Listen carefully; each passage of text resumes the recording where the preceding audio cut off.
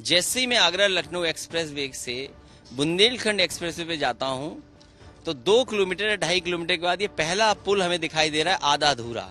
और अगर मैं आगे और देखता हूँ तो एक और पुल आधा अधूरा दिखाई दे रहा है। पहली बरसात में ही बहुत सारी जगह पर सड़क धंस गई या मिट्टी बह गई। तो आखिरकार इतना महंगा एक्सप्रेस वे बना कैसे? हम तो ईडी की जांच भी नहीं मांग सकते, सीबीआई की भी जांच नहीं मांग सकते हैं, क्योंकि ईडी और सीबीआई पे भी प्रश्न लगे हुए हैं। क्योंकि प्रधानमंत्री जी ने इसका उद्घाटन किया था, बड़ी तैयारी के साथ उद्घाटन हुआ है, इसलिए मैं देखने आया हूँ कि आखिरकार एक्सप्रेस वे पूरा बना है कि नहीं बना है। हमारी मौजूदगी इस वक्त बुंदेलखंड एक्सप्रेस वे पर है और मेरे पीछे आप जो देख रहे हैं वो एक पूरी तरीके से ना बना हुआ एक्सप्रेस वे है। और मेरे साथ इस वक्त जो मौजूद हैं वो उत्तर प्रदेश के पूर्व मुख्यमंत्री हैं और समाजवादी पार्टी के राष्ट्रीय अध्यक्ष हैं अखिलेश यादव जी। अखिलेश जी, आपका बहुत स्वागत है यूपी तक पर।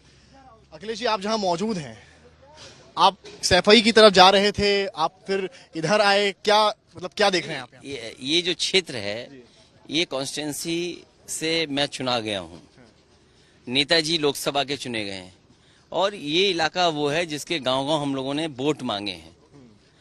क्योंकि प्रधानमंत्री जी ने इसका उद्घाटन किया था, बड़ी तैयारी के साथ उद्घाटन हुआ है, इसलिए मैं देखने आया हूँ कि आखिरकार एक्सप्रेस वे पूरा बना है कि नहीं बना है। जैसे ही मैं आगरा लखनऊ एक्सप्रेस वे से बुंदेलखंड एक्सप्रेस वे पे जाता हूँ तो 2 किलोमीटर या 2.5 किलोमीटर के बाद ये पहला पुल हमें दिखाई दे रहा है आधा अधूरा। और अगर मैं आगे और देखता हूँ तो एक और पुल आधा अधूरा दिखाई दे रहा है। सवाल यही है कि जिस प्रोजेक्ट को प्रधानमंत्री जी ने उद्घाटन किया हो, वो आखिरकार आधा अधूरा क्यों उद्घाटन हुआ? 6 महीने बाद भी हो सकता था, 1 साल बाद भी हो सकता था। और ये एक्सप्रेसवे इसलिए बन रहे थे क्योंकि हमारे किसानों को लाभ पहुंचे। अगर इसके किनारे मंडी होती तो हमारे किसानों को उनकी फसल की कीमत मिल जाती, कीमत मिलती। अगर पूरा एक्सप्रेसवे आप देखेंगे, कहीं भी मंडी नहीं है, कहीं भी मंडी नहीं बनी है, तो आखिरकार किसान अपनी फसल लेकर के कहाँ जाएगा? जो वेसाइड एमिनिटीज होनी चाहिए वो अभी नहीं बनी है, जो लाइटिंग होनी चाहिए वो अभी पूरी नहीं है, जो मार्किंग होनी चाहिए वो अभी पूरा नहीं है। पहली बरसात में ही बहुत सारी जगह पर सड़क धंस गई या मिट्टी बह गई। तो आखिरकार इतना महंगा एक्सप्रेसवे बना कैसे? हम तो ईडी की जांच भी नहीं मांग सकते, सीबीआई की भी जांच नहीं मांग सकते हैं, क्योंकि ईडी और सीबीआई पे भी प्रश्न लगे हुए हैं।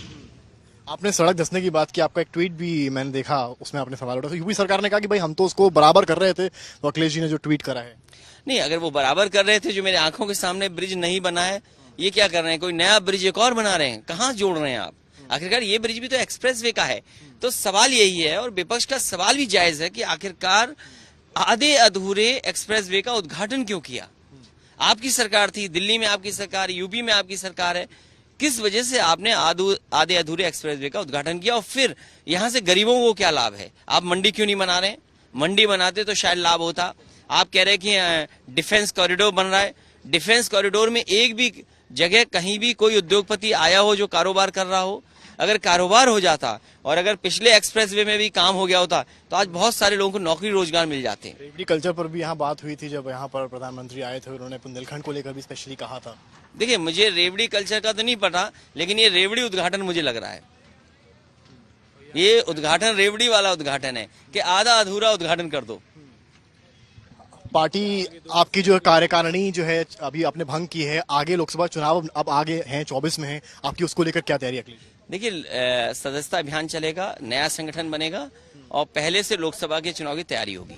ओम प्रकाश राजभर को लेकर सर क्या कहेंगे, क्योंकि वो लगातार जिस तरह से बयान देते हैं? देखिए, वो अगर भाषा ये इस्तेमाल कर रहे हैं कि मैं उनकी पार्टी में रह करके बहुत सारी जानकारी मुझे मिल गई है, 9 रत्न कह रहे हैं, तो मैं भी उन्हें बताना चाहता हूँ कि जब वो समाजवादी पार्टी में थे, देश के प्रधानमंत्री जी के लिए क्या कहते थे? उनके एक होम मिनिस्टर है अमित शाह जी, उनके लिए क्या कहते थे? वो ऐसी भाषा और ऐसे शब्द इस्तेमाल करते थे, मैं तो कह भी नहीं सकता हूं। तो इसलिए उनको गठबंधन जो हो और जो व्यक्तिगत बातें, उसकी सीमा नहीं लांघनी चाहिए।